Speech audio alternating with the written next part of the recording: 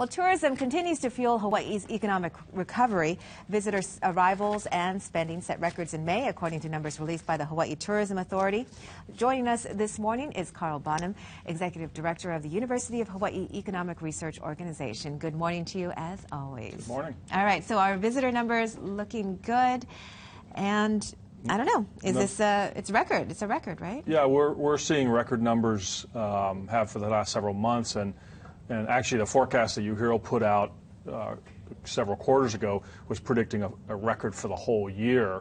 And we've got continued, the story earlier about Allegiant, and we've got strong growth in expected airline seats throughout the summer. So we're seeing very good numbers. Interesting things in this report was really you saw no signs of weakness.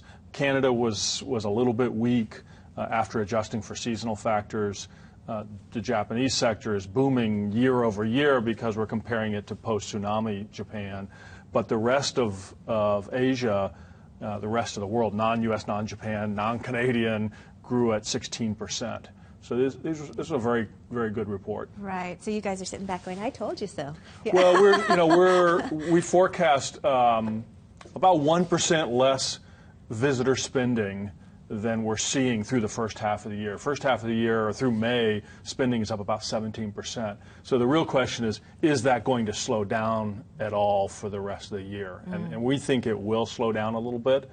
We'll have to wait and see. Right. Well, any growth, though, is good growth, right? So, I mean, yeah, even if it's incremental. So, but is the rest of the economy booming too, or is it just the visitor sector? It's still really just the tourism sector. If our last jobs report was pretty weak for Hawaii, just like it has been for the nation.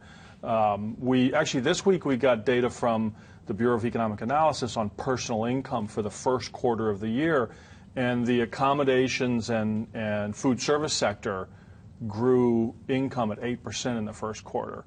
But the overall economy, this is nominal income, so it doesn't, you have to take out inflation to see how much you can actually buy. And the overall economy grew in real terms less than 1%. So it's not, it really hasn't completely spread out. There were some bright signs there, but it hasn't completely spread out through the rest of the economy. And I know you were saying earlier that you're expecting growth or predicting growth throughout the year.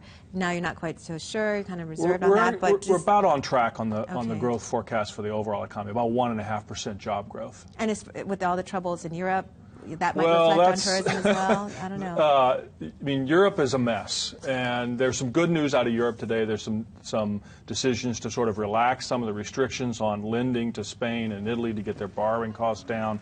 But Europe is already affecting us. It's already slowing the U.S. economy. It's already slowing.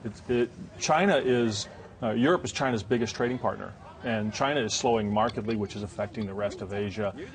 So, barring a meltdown in China, the boom should continue. All right. Well, yeah, focus on the bright spots. Okay. Thank you, Carl, for coming in this morning. And you can find out what else the economists at UHERO are tracking by heading to their Facebook page. You can also find a link to their website on the As Seen On section of KITV.com. And we'll be right back. You're welcome.